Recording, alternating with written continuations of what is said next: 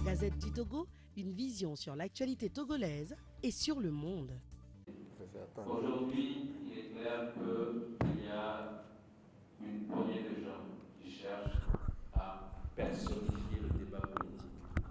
Nous sommes allés, après plusieurs mois de manifestations et de contestations d'un pouvoir, donc nous sommes allés à un dialogue afin de poser les vraies questions d'enjeu national, et nous apprenons qu'on nous oppose la problématique de la candidature du président actuel, qui, je le rappelle, est dans son 3e mandat, et nous savons tous les conditions dans lesquelles l'accession au pouvoir a été réalisée.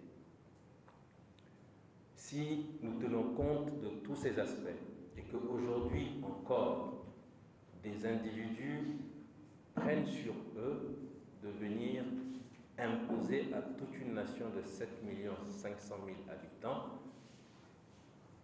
le fait que pour régler les problèmes de cette nation, il faut qu'on courbe l'échine encore une fois, qu'on accepte encore une fois un 4e mandat.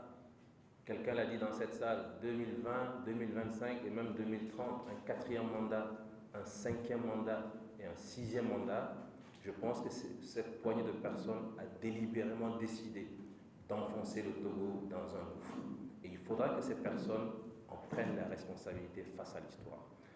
Parce que, et je ne parle pas seulement au nom du Front citoyen Togo Debout, je parle au nom de la majorité de la population togolaise. Si nous avons accepté qu'en 2015, un 3e mandat puisse être accordé au président Faure Gnassingbé, nous n'accepterons pas en 2020 un 4e mandat. Toutefois, nous demeurons objectifs.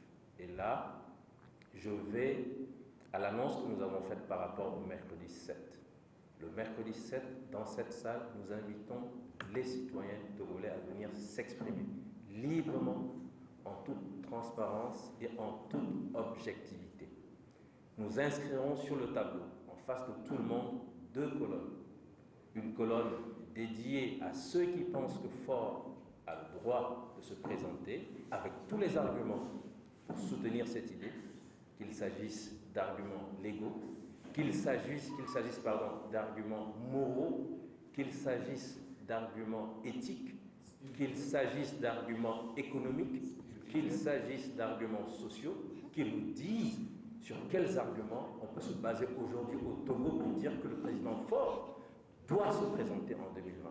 Et à l'opposé, ceux qui, comme moi, ou comme l'ensemble du Front citoyen Togo Debout et des organisations affiliées, pensent qu'il n'a plus légitimement, éthiquement et moralement le droit de se présenter, nous dirons pourquoi il n'a pas le droit de se présenter. Et nous l'inscrirons ici, face à la nation.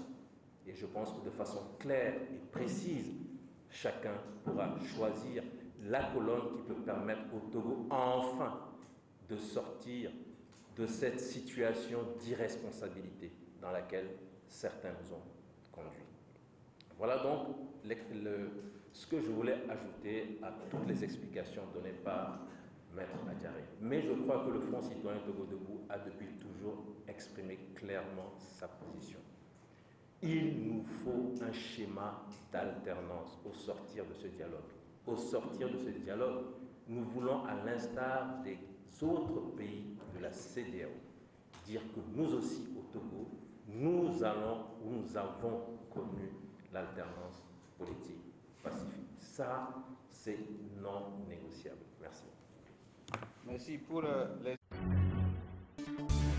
La Gazette du Togo, une vision sur l'actualité togolaise et sur le monde.